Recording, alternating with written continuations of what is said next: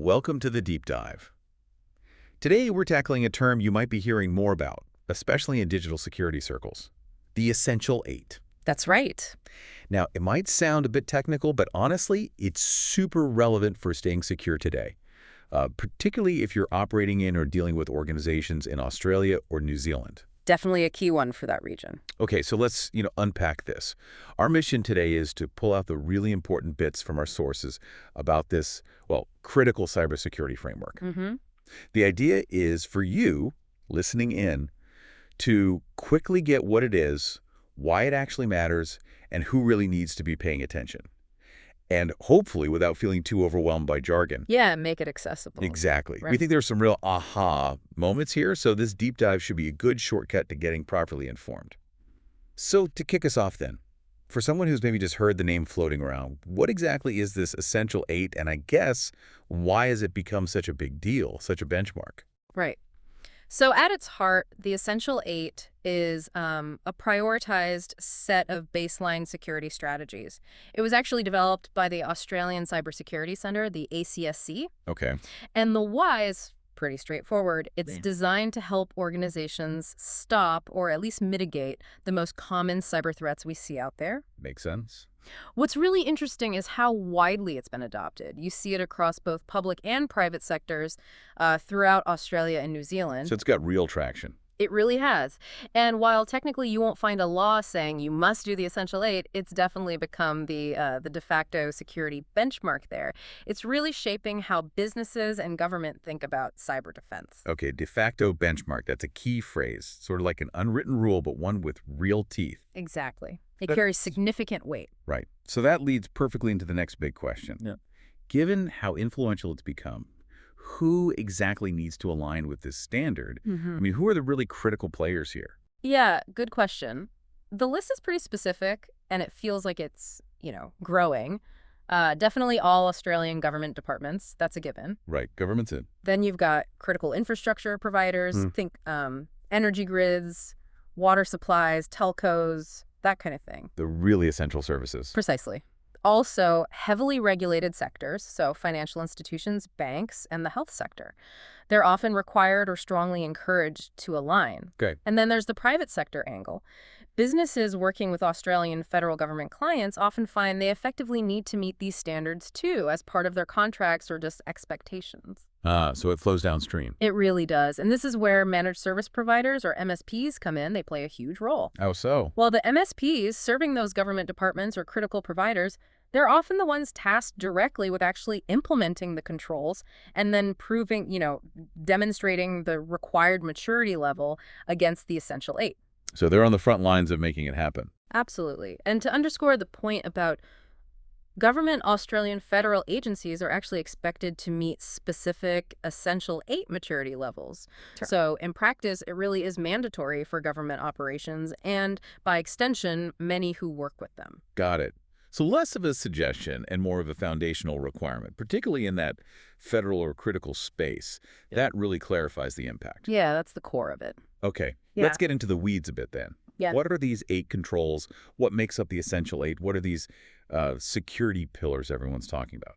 Right. Let's list them out. They are quite practical, which is good. First is application control. Okay. This basically means stopping unapproved programs from running. Sounds simple, but it can be tricky to balance security with letting people actually do their jobs. Yeah, I can imagine. Number 2. Second, patch applications. Just keeping all your software updated. It's amazing how many breaches still happen because of known unpatched vulnerabilities. Still a classic issue. Okay. Third, configure Microsoft Office macros.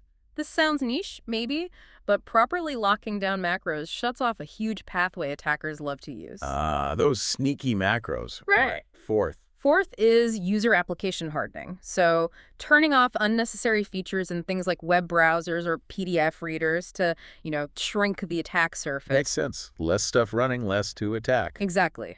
Fifth, restrict administrative privileges. Basically limiting who gets the God mode access on systems. Fewer admin accounts means less risk if one gets compromised. The principle of least privilege. Got it. That's the one. Sixth, patch operating system. Okay. Similar to patching apps, but for your core Windows, Mac OS, Linux systems. Absolutely vital. Okay, keep everything updated. Number 7. Seventh, multi-factor authentication, or MFA.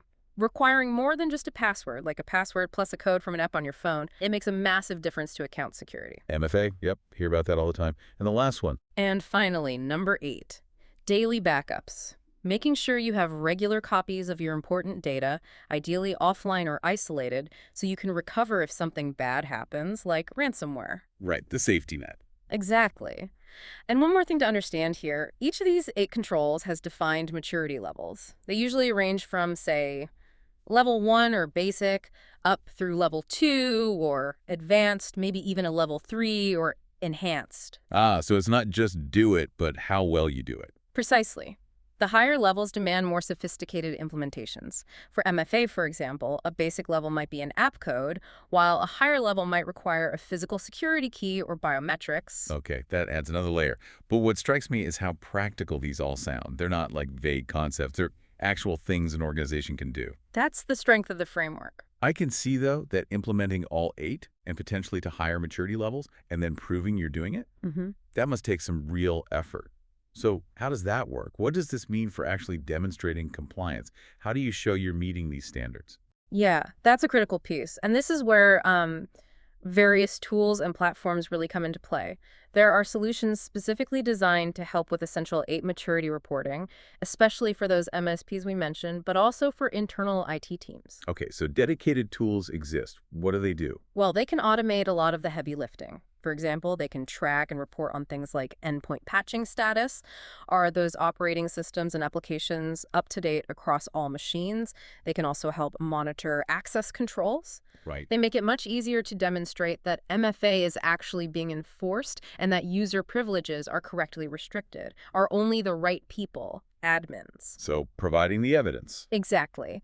These tools can also help monitor for security events, log what's happening, and document the incident response process if something does go wrong. And then they often roll all this up into, say, clear monthly compliance summaries showing the posture against each of the 8 pillars. That sounds much more manageable. It really helps. If you think about the bigger picture, it's about making the security posture visible and actionable. It turns the Essential 8 from potentially just being a checkbox exercise into something that's a measurable, reportable service that you deliver consistently. That makes a lot of sense. It shifts security from this kind of reactive, maybe burdensome thing into something proactive and, well, manageable. That's the goal. So stepping back from the technical details and the tools, why is this kind of compliance with frameworks like the Essential 8, why is it so incredibly important right now in today's world? What's the bigger strategic imperative here? That's a great question. Because compliance, particularly with robust frameworks like this one, it's really not optional anymore.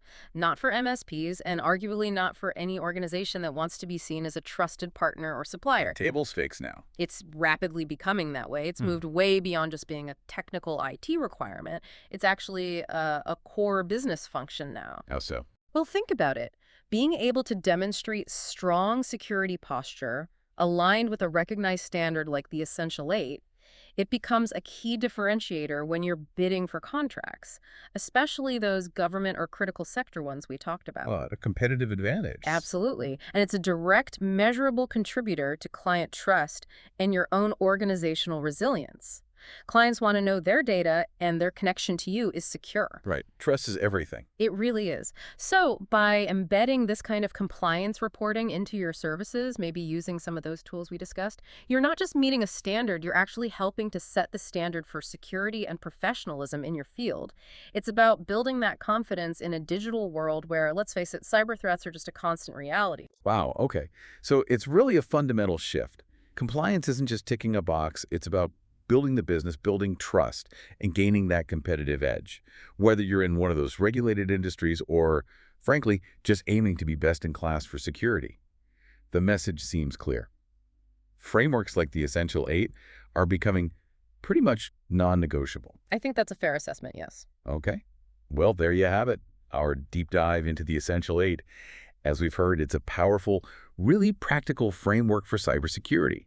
It's increasingly the benchmark standard in Australia and New Zealand, but the principles clearly have broad relevance everywhere. Absolutely. And maybe this leaves you, the listener, with an interesting question to ponder. How will other industries, the ones that aren't maybe yet mandated to adopt such rigorous standards, how will they ultimately embrace them? Not just ticking boxes, but using them as a strategic asset to really build customer confidence and gain that competitive advantage in this constantly evolving digital landscape. That is a fantastic question to think about. Thank you for joining us on this deep dive today. We hope you'll keep exploring the implications of strong security frameworks, whether it's for your job or just out of curiosity.